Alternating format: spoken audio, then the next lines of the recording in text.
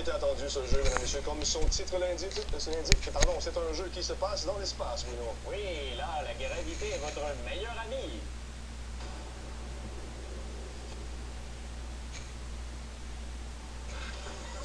Voilà de deux vendeurs de chars. Super Mario Galaxy, mesdames et messieurs, de la compagnie Nintendo.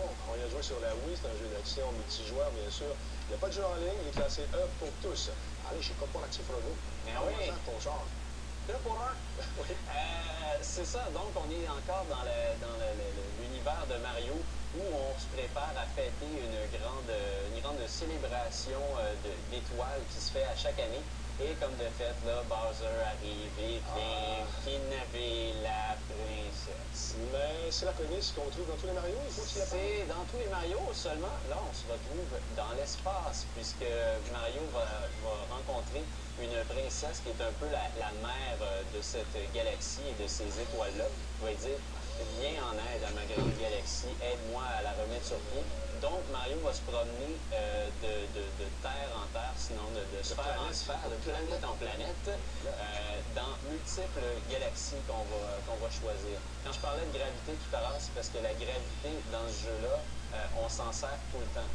Les planètes que vous voyez, on peut vraiment se promener partout sur la planète. Là, on se trouve à l'envers. C'est pas évident à jouer, ça. C'est pas évident à jouer au début, on a quand même assez de difficulté à se retrouver quand on met la tête à l'envers.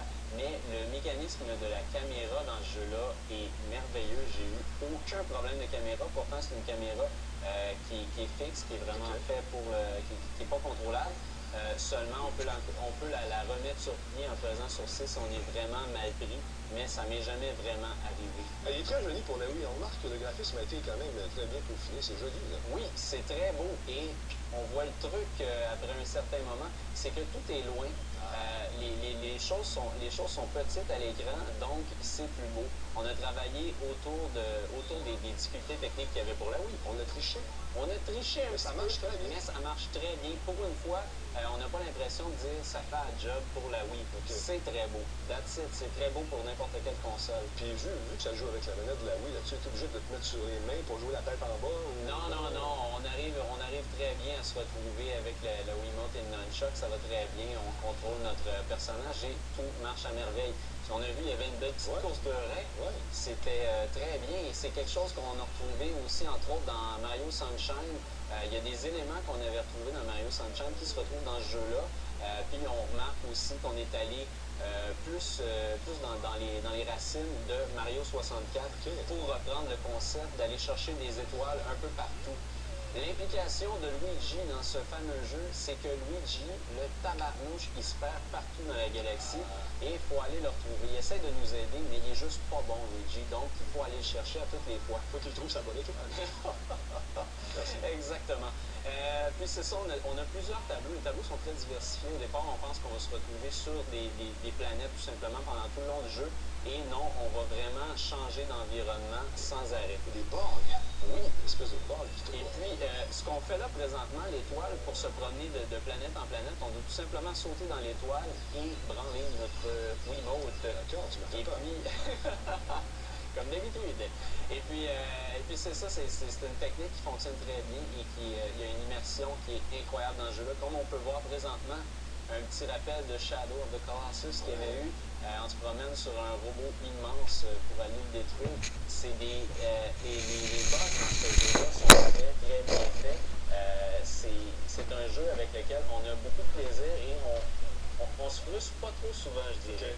Vu qu'il y a autant de tableaux, vu que c'est un univers qui est si immense, on va se retrouver à recommencer quelques tableaux. Ça peut être long pour certains tableaux, mais quand même, on se lâche jamais. Puis ce qui est bien dans ce jeu-là, c'est qu'il y a une évolution qui est constante. On vous met des surprises à tout bout de champ. Ça change sans arrêt. C'est un jeu qui évolue du début vraiment à la fin. Je dois dire que c'est un jeu qui peut prendre entre 30 et 40 heures à finir au complet. Il y a 120 étoiles à ramasser. Mais vous pouvez en ramasser, disons, 60 pour terminer le jeu. C'est vraiment pour les mordus, comme moi, qu'on va vraiment aller jusqu'à ces 120 étoiles-là. Puis, les environnements sont très, très diversifiés. On va retrouver des thèmes qu'on a retrouvés un peu partout dans les autres jeux de Mario. Seulement dans celui-là, on a vraiment transporté les choses dans un univers qui ne nous avait pas été présenté auparavant.